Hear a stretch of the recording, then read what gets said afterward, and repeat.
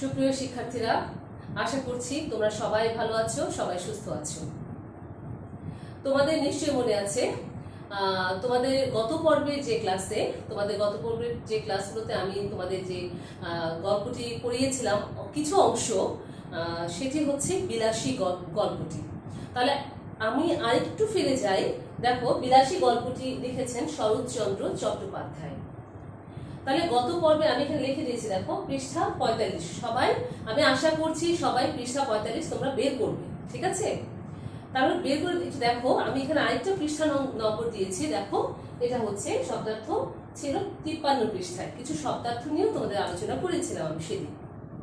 তো আজকে আমি যেটা বলবো, তোমরা 45 পৃষ্ঠায় যে অংশটুকু দেখবে, দেখো এখানে কতটুকু পড়িয়েছিলাম। দেখো, প্রথম প্যারা, দ্বিতীয়, তৃতীয়, চতুর্থ, পঞ্চমটা ছোট্ট একটা প্যারা।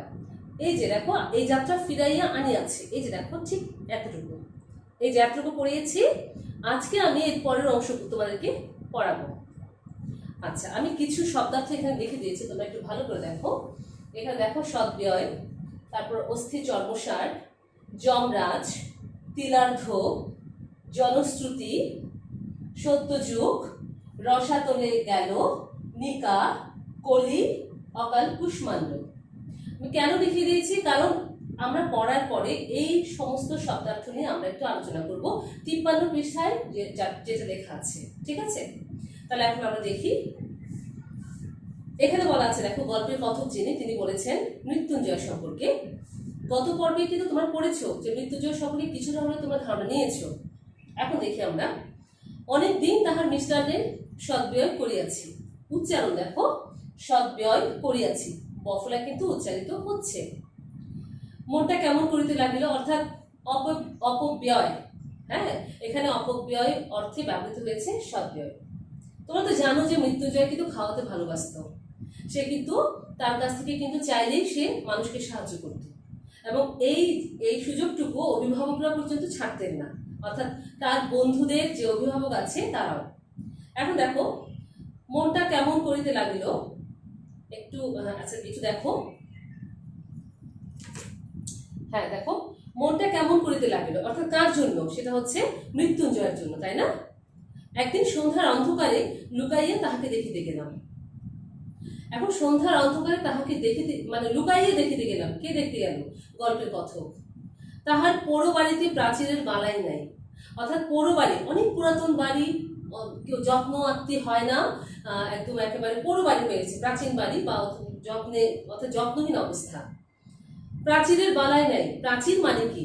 অর্থাৎ এখানে কোনো ওয়াল, অর্থাৎ প্রাচীর বলতে যেটা আমাদের অর্থাৎ ধরে নাও ওয়াল নেই, হ্যাঁ, যেটা প্রাচীর দেওয়া হয় নাই বা ঘেরাও করা হয়নি আর কি, হ্যাঁ, ঘেরাও দেওয়া হয়নি। তারপর দেখো, স্বচ্ছন্দে ভিতরে ঢুকিয়ে দেখি, অর্থাৎ ওখানে যেহেতু প্রাচীর নেই, ওয়াল নেই, সেহেতু সেখানে স্বচ্ছন্দে ভিতরে ঢোকা যায়। এই জন্য কিন্তু গল্পের কথক বলেছেন, দেখো, স্বচ্ছন্দে ভিতরে ঢুকিয়ে দেখি ঘরের দরজা খোলা, বেশ উজ্জ্বল একটি প্রদীপ জ্বলিতেছে। তোমরা কিন্তু হাতে কলম দিবা, কেমন? আচ্ছা, কেননা কিছু জায়গায় তোমাদের দাগ দিতে হবে। আর ঠিক সম্মুখে তক্তপোষের উপর পরিষ্কার ধবধবে বিছানায় মৃত্যুঞ্জয় শুইয়া আছে। তাহার কঙ্কালুসার দেহের প্রতি চাহিলেই বোঝা যায় বাস্তবিক যমরাজ চেষ্টা ত্রুটি করেন নাই। যমরাজ যে মৃত্যু আনে, যমরাজ কোনো চেষ্টা ত্রুটি করেননি, কারণ তার অবস্থা দেখলে বোঝা যায় তার অবস্থা খুবই করুণ, অর্থাৎ কোন রকমে ঠিকই আছে মৃত্যুঞ্জয়। এখন দেখো, তবে যে শেষ পর্যন্ত সুবিধা করিয়ে উঠতে পারেন নাই সে কেবল ওই মেয়েটির জোরে। কোন মেয়েটি বলতো? গত পর্বে পড়েছিলে না, বিলাসী, ওই যে মালু পাড়ার কথা বলেছিলাম তোমাদেরকে। আচ্ছা, তাহলে এই বিলাসী কিন্তু তাকে চেষ্টা করে কিন্তু বাঁচিয়ে তুলেছে। তার কিন্তু আপন কাকা ছিল, কিন্তু তার আপন কাকা বা খুড়া হলেও কিন্তু তার কোনো দেখাশোনা করেনি। তার একমাত্র চোখ ছিল মৃত্যুঞ্জয়ের কুৎসা রটানো, তার দুর্নাম রটানো এবং তার সম্পত্তির দিকে তার নজর। এখন দেখো, এখন বলছে যে সে শিওরে বসিয়া পাখার বাতাস করিতেছিল। সে মাথার কাছে বসে, অর্থাৎ মৃত্যুঞ্জয় যেখানে শুয়েছিল সেখানে বসে সে পাখা অর্থাৎ বাতাস করছিল। অকস্মাৎ, হঠাৎ মানুষ দেখিয়া চমকিয়া উঠিয়া দাঁড়াইল, কারণ সে ভাবিনি যে এই অন্ধকারে, মানে এই সন্ধ্যার অন্ধকারে হঠাৎ কোনো লোক এসে পৌঁছবে। তারপর দেখো, এই সেই বুড়া সাপুরের মেয়ে বিলাসী, সেই মেয়েটি, যে মেয়েটি তাকে দেখাশোনা করতে গত পর্বে বলেছিলাম, এই মেয়েটি হচ্ছে বিলাসী। তার মেয়ে সাপুরের মেয়ে। তাহার বয়স 18 কি 28 ঠাহর করিতে পারিলাম না। তোমরা কিন্তু এখানে দাগ দেবে, অর্থাৎ এখানে কিন্তু বলা হয়নি তার বয়স কত, 18 বা 28। তাহলে চিন্তা করো 10 বছরের ব্যবধান, 18 কোথায় 28 কোথায়, তাকে বোঝা যাচ্ছে না। আচ্ছা, কিন্তু মুখের প্রতি চাহিবা মাত্রই টের পাইলাম, বয়স যাই হোক, খাটিয়া খাটিয়া আর রাত জাগিয়া জাগিয়া ইহার শরীরে আর কিছু নাই। অর্থাৎ এত পরিশ্রম করে বিলাসী, এতটাই যত্ন নেয়, রান্না বান্না করে। হ্যাঁ, তাকে তো যত্ন আত্তে করতেই হবে, একজন বাসায় অসুস্থ রোগী আছে। হ্যাঁ, তার বাসায় না হোক, সে কিন্তু সাহসী বলা যায়, সে কিন্তু সাহস করে কিন্তু এসেছে, তাকে সেবা শুশ্রূষা করছে। এখানে মানবিকতার পরিচয় আমরা পাই। তাহলে এখন দেখো, ঠিক যেন ফুলদানিতে জল দিয়া ভিজাইয়া রাখা বাসি ফুলের মতো। তাহলে এটা কিন্তু দাগ দিয়ে রাখতে হবে তোমাদেরকে, কেননা এটা অনুধাবনে আসতে পারে। আশা করছি তোমরা নিশ্চয়ই দাগ দিচ্ছ। তাহলে দেখো, ঠিক যেন ফুলদানিতে জল দিয়া ভিজাইয়া রাখা বাসি ফুলের মতো। অর্থাৎ আমরা কি করি, অনেক সময় ফুল বাসায় নিয়ে আসলে আমরা কি করি, সেটাকে আমরা তাজা রাখার জন্য একটা বোতলে বা একটা গ্লাসে পানি রেখে সেটাকে ভিজিয়ে রাখি। কিছুদিন অবশ্যই থাকে, কিন্তু এমন হয়ে যায় সতেজ থাকলেও সেটা কিন্তু একটু নাড়াচাড়াতে কয়েকদিন পরে ঝরে যায় পাতাগুলো। এই জন্য এটা বিলাসীকে বলা হচ্ছে, দেখো, হাত দিয়ে এতটুকু স্পর্শ করিলে, এতটুকু নাড়াচাড়া করিতে গেলে ঝরিয়া পড়িবে। মৃত্যুঞ্জয় আমাকে চিনিতে পারিয়া বলিল, কে? ন্যাড়া। তাহলে এই গল্পের কথকের নাম কি? ন্যাড়া। তোমরা এটা মনে রাখবে, কেমন বলিলাম? তোমরা মনে রাখবে। হ্যাঁ, বিলাসী গল্প কিন্তু অনেক বড়, কিন্তু এভাবে না পড়লে তোমাদের কিন্তু হবে না। তোমাদের যে নৈর্বৃত্তিক অথবা বহু নির্বাচনে যে প্রশ্নগুলো চলে আসে, সেগুলোর জন্য কিন্তু লাইন বাই লাইন পড়াটা অত্যন্ত জরুরি। তো যাই হোক, আমি যতটুকু পারি আমি চেষ্টা করবো তোমাদেরকে তাড়াতাড়ি শেষ করানোর। আচ্ছা, মেয়েটি ঘাড় হেট করিয়া দাঁড়াইয়া রহিল। মৃত্যুঞ্জয় 2-4টি কথায় যাহা কহিল, তাহার মর্ম এই যে প্রায় 1.5 মাস হইতে চলিল সে শয্যাগত, অর্থাৎ বিছানায় পড়া। মধ্যে 10-15 দিন সে অজ্ঞান অচৈতন্য অবস্থায় পড়িয়াছিল। দাগ দিবা এখানে, ঠিক আছে? এখানে তোমরা দাগ দাও, সে কতদিন অচৈতন্য অবস্থায় পড়েছিল। সে মধ্যে 10-15 দিন। এই কয়েকদিন হইল সে লোক চিনিতে পারিতেছে, এবং যদিও সে এখনো সেই বিছানা ছাড়িয়ে উঠিতে পারে না, কিন্তু আর ভয় নাই। তার মানে মৃত্যুঞ্জয়ের এমন অবস্থা হয়েছিল মাঝখানে, সে কাউকে চিনত না, সে উঠতেও পারতো না বিছানা ছেড়ে, কিন্তু এখন সে চিনতে পারছে মানুষকে। যদিও তার এখন সে বিছানা ছেড়ে উঠতে পারে না, কিন্তু সেই ভয়টি নেই আর, সে সবাইকে চিনতে পারছে। তাহলে চিন্তা করো যে একটা মেয়ে সারা দিন রাত খেটে তার কতটাই সেবা করছে তার। এখন দেখো, ভয় নাই থাকুক, কিন্তু ছেলে মানুষ হইলেও এটা বুঝিলাম, আজও যাহার শয্যা ত্যাগ করিবার উঠিবার ক্ষমতা হয় নাই, সে রোগীকে বনের মধ্যে একাকী যে মেয়েটি বাঁচাইয়া তুলিবার ভার লইয়াছেন, সে কত বড় গুরুভার। গুরুভারের নিচে দাগ দাও, কেন বলা হয়েছে, কেন দাগ দিয়েছো এটা? এই যে দেখো, একাকী এই বনের মধ্যে একটি মেয়ে তার যে দায়িত্বটি নিয়েছে সুস্থ করার জন্য, সেটা কতটা গুরুভার, কতটা বড় একটা দায়িত্ব সে নিয়েছে, কাঁধে নিয়েছে। দিনের পর দিন, রাত্রির পর রাত্রি তাহার কত সেবা, কত শুশ্রূষা, কত ধৈর্য, কত রাত জাগা। সে কত বড় সাহসের কাজ, অবশ্যই সাহসের কাজ বলা যায়। কিন্তু যে বস্তুটি অসাধ্য সাধন করিয়া তুলিয়াছিল, তাহার পরিচয় যদিও সেদিন পাই নাই, কিন্তু আরেকদিন পাইয়াছিলাম। অর্থাৎ এখানে যদিও বলছি যে বস্তুটি, অর্থাৎ এখানে কিন্তু শুধুমাত্র মেয়েটির কথা বলা হয়নি, মেয়েটির ভেতরে যে সৎ সাহস ছিল, যে মানবিকতার পরিচয় পাওয়া গেছে, সেই বস্তুটির কথা বলা হচ্ছে। ঠিক আছে, তোমরা এভাবেই কিন্তু ধরে নেবে, কারণ এখানে বাংলার বিষয়, এখানে কিছু বুঝতে হবে তোমাদেরকে। হ্যাঁ, সেদিন পাইনি, সেদিন হয়তো বিলাসীকে দেখে অতটা সেই ধরনের পরিচয় না পেলেও পরবর্তীতে তিনি পেয়েছিলেন। তিনি কে? গল্পের কথক ন্যাড়া। ফিরিবার সময় মেয়েটি আরেকটি প্রদীপ লইয়া আমার আগে ভাঙা প্রাচীরের শেষ পর্যন্ত আসিল। কেন আসলো? কারণ যেহেতু অন্ধকার হয়ে গেছে, এই গল্পের কথককে কিছুটা পথ এগিয়ে দিতে এসেছে কে? বিলাসী। এতক্ষণ পর্যন্ত সে একটি কথাও কহে নাই, এইবার আস্তে আস্তে বলিল, রাস্তা পর্যন্ত তোমায় রেখে আসবো কি? তাহলে চিন্তা করো, এত বড় একটা প্রশস্ত বন, সেই বনটা পার করে দিয়ে এসেছে, এখন আবার বলছে রাস্তা পর্যন্ত দিয়ে আসবো। এখন দেখো, বড় বড় আম গাছের সমস্ত বাগানটা যেন এক জমাট অন্ধকারের মতো বোধ হইতেছিল। পথ দেখা তো দূরের কথা, নিজের হাতটা পর্যন্ত দেখা যায় না। চিন্তা করো কতটা অন্ধকার, নিজের হাত পর্যন্ত দেখা যাচ্ছে না। বলিলাম পৌঁছে দিতে হবে না, শুধু আলোটা দাও। এখন তোমরা চিন্তা করো, এতটুকু পথ বিলাসী তাকে দিতে এসেছে, এখন আলোটা দিলে বিলাসী কিভাবে যাবে? এখন সে প্রদীপটা আমার হাতে দিতেই তাহার উৎকণ্ঠিত মুখের চেহারাটা আমার চোখে পড়িল। আস্তে আস্তে সে বলিল, একলা যেতে ভয় করবে না তো? একটু এগিয়ে দিয়ে আসবো, দেখো। তারপরে বলছে একটু এগিয়ে দিয়ে আসবো। তার একটা উৎকণ্ঠা ছিল যে গল্পের কথক ন্যাড়া কতটুকু সে যেতে পারবে, ভয় পাবে কিনা সে। কারণও আছে, অর্থাৎ ঝোপঝাড় বনের মধ্যে। তাহলে কেন? দেখো, মেয়ে মানুষ জিজ্ঞাসা করে ভয় করবে না তো, সুতরাং মনে যাই হোক প্রত্যুত্তরে শুধু একটা না বলিয়াই অগ্রসর হইলেন। অর্থাৎ মেয়ে মানুষ এখানে বলছে যে ভয় করবে না তো, সেটা হয়তো একজন পুরুষ হয়ে তার কাছে কিছুটা হয়তো সে অপ্রস্তুত ছিল। তো সে কি বললো? না। আচ্ছা, সে পুনরায় কহিল, মানে আবার বলছে, ঘন জঙ্গলের পথ একটু দেখে পা ফেলে যেও, খুব ঘন জঙ্গলের পথ একটু সাবধানে পা ফেলে যেও। তার মানে কিছু সমস্যা আছে বলে দেখো সর্বাঙ্গে কাটা দিয়ে উঠিল। এখন ভয় পেয়ে গেছে কিন্তু ন্যাড়া, কিন্তু এতক্ষণে বুঝিলাম উদ্বেগটা তাহার কিসের জন্য। উদ্বেগ, হ্যাঁ, আমরা খেয়াল করবে। এবং কেন সে আলো দেখাইয়া এই বনের পথ পার করিয়া দিতে চাহিতেছিল। হয়তো সে নিষেধ শুনিত না, সঙ্গেই যাইত, কিন্তু পীড়িত মৃত্যুঞ্জয়কে একাকে ফেলিয়া যাইতেই বোধ করি তাহার শেষ পর্যন্ত মন সরিল না। অর্থাৎ হয়তো যেত সে, ন্যাড়াকে অনেকটুকু রাস্তায় সে এগিয়ে দিত, হ্যাঁ, কিন্তু তার সেই ইচ্ছাটা হয়তো কিছুটা নিস্তেজ অবস্থায় ছিল। কেননা মৃত্যুঞ্জয়কে এই বনের মধ্যে একা ফেলে যেতে তার মন চাইছিল না। 20-25 বিঘার বাগান। তাহলে কত বিঘার বাগান? 20-25 বিঘা।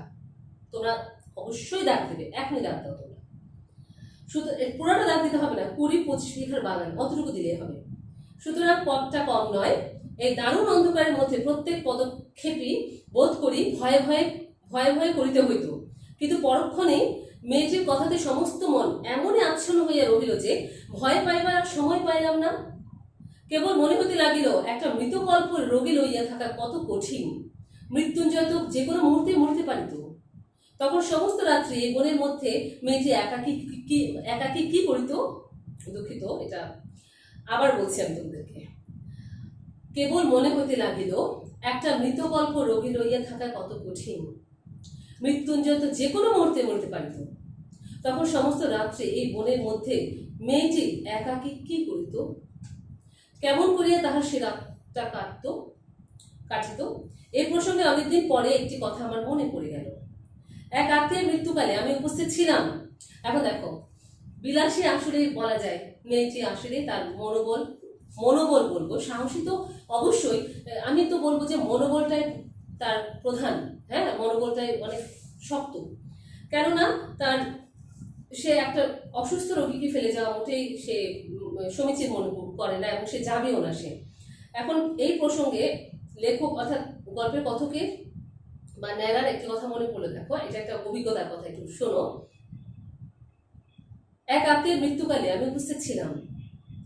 অন্ধকার রাত্রি বাটিতে, বাটি মানে হচ্ছে ঘরে বা বাড়িতে, হ্যাঁ, অন্ধকার রাত্রি বাটিতে ছেলেপুলে চাকর বাকর নাই, ঘরের মধ্যে শুধু তার সদ্য বিধবা স্ত্রী আর আমি। তো সদ্য বিধবা মানে কি? মাত্র বিধবা হলেন, তার স্বামীকে হারিয়েছেন, পাশে কেউ ছিলেন না।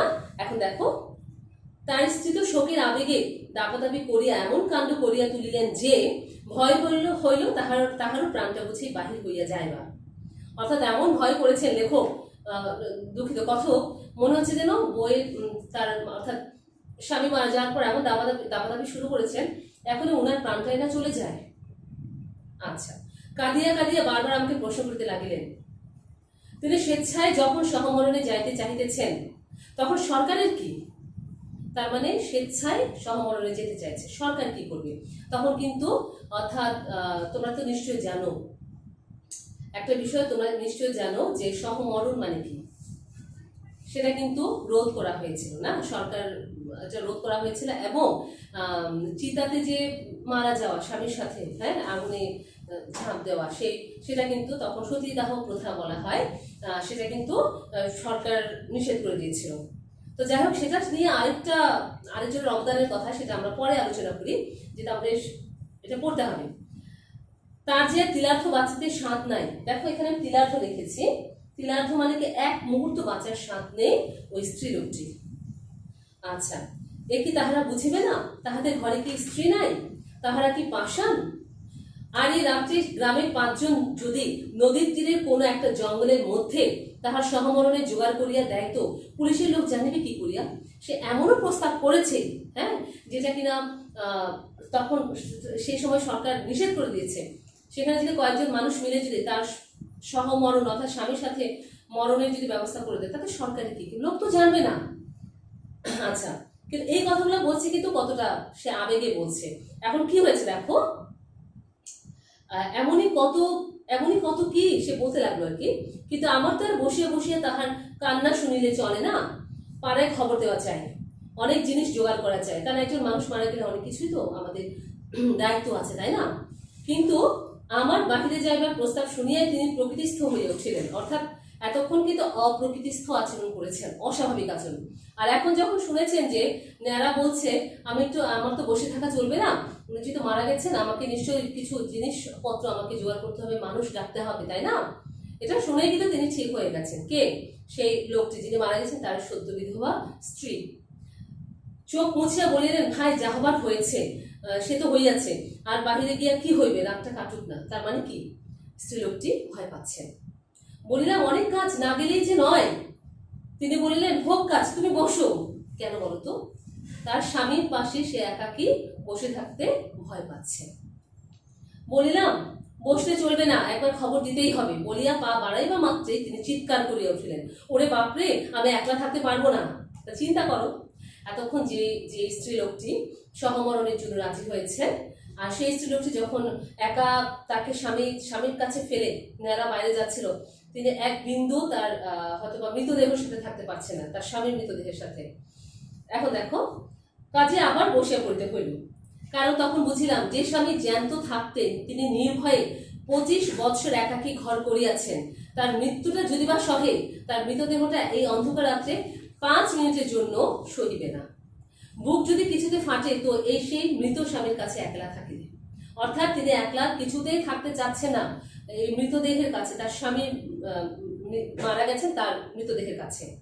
কিন্তু দুঃখটা তাহার তুচ্ছ করিয়া দেখানো আমার উদ্দেশ্য না। তবে গল্পের কথক বলছেন, তার স্ত্রী লোকটির দুঃখটা আমি তুচ্ছ করে দেখাচ্ছি না, কেননা কিংবা তাহা খাঁটি নয় এ কথা বলাও আমার অভিপ্রায় নহে। অভিপ্রায় মানে হচ্ছে কি, ইচ্ছা।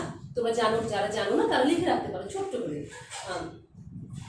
কিংবা একজনের ব্যবহারে তাহার চূড়ান্ত মীমাংসা হইয়া গেল, তাহাও নহে। অর্থাৎ এই একটা আচরণে যে সমস্ত কিছু আমরা জানলাম, মেয়েটিকে জানলাম, তাও কিন্তু নয়।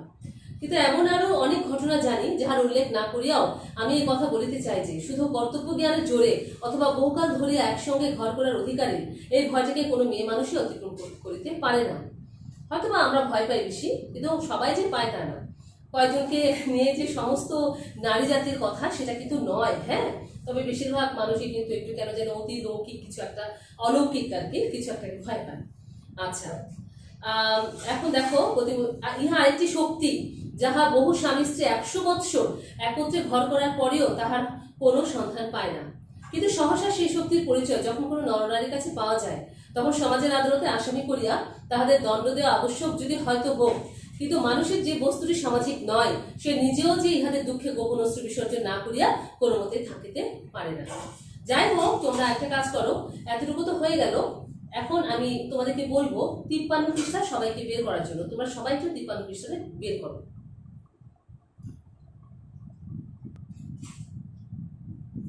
তাহলে তোমরা একটু দেখে নাও 53 পৃষ্ঠায় আমি এখানে কি লিখে দিয়েছি। দেখো, শব্দার্থ 53 পৃষ্ঠায় আমি যেটা লিখে দিয়েছি, দেখো এখান থেকে শুরু করছি। আমরা গতবারে আমরা মালো পর্যন্ত পড়েছিলাম, কেমন?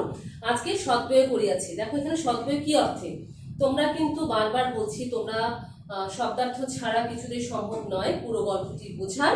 শব্দার্থ বা টিকা কিন্তু অনেক সময় আমাদের কাজে লাগে পুরো গল্পটি বোঝার জন্য। তাহলে এখন দেখো, সদ্ব্যয় বলতে আমরা কি বুঝিয়েছি? অপব্যয় করেছি বোঝাতে ব্যঙ্গ করে বলা হয়েছে, বা ব্যঙ্গ করে বলা হয়েছে। কঙ্কালসার কি? অস্থি চর্মসার অবস্থা, যেন প্রায় কঙ্কাল। আর যমরাজ মানে কি? ধর্মরাজ। এখানে মৃত্যু অর্থে ব্যবহৃত হয়েছে। হ্যাঁ, তোমাদের প্রশ্ন দুই রকমের আসতে পারে। যমরাজ মানে কি, শব্দ মানে অর্থ কি? যমরাজ মানে হচ্ছে ধর্মরাজ, কিন্তু এখানে কি অর্থে ব্যবহৃত হয়েছে? এই গল্পে যমরাজ ব্যবহৃত হয়েছে মৃত্যু অর্থে। এটা কিন্তু দুটোই তোমাদেরকে আলাদা আলাদা করে শিখতে হবে। তিলার্থ মানে কি? তিল পরিমাণ সময়ের অর্থ, অর্থাৎ মুহূর্ত মাত্র। জনশ্রুতি কি? দেখো, লোক পরম্পরায় শোনা কথা, জনশ্রুতি লোক পরম্পরায়। আর এগুলো যদিও নেই, দেখো, সত্যযুগ, রসাতলে গেল, নিকা, কোলে, অকাল, কুষ্মাণ্ড। আমি আশা করব তোমরা এগুলো অবশ্যই তোমরা বই থেকে দেখবে, আর পরবর্তীবারে আমি এগুলো নিয়ে আলোচনা করব। আজকে এতটুকু পর্যন্তই, তোমরা মনে রাখবে আজকে আমি কতটুকু পড়িয়েছি। আজ এতটুকুই। তোমরা সবাই ভালো থাকো, সবাই সুস্থ থাকো। সবাইকে ধন্যবাদ।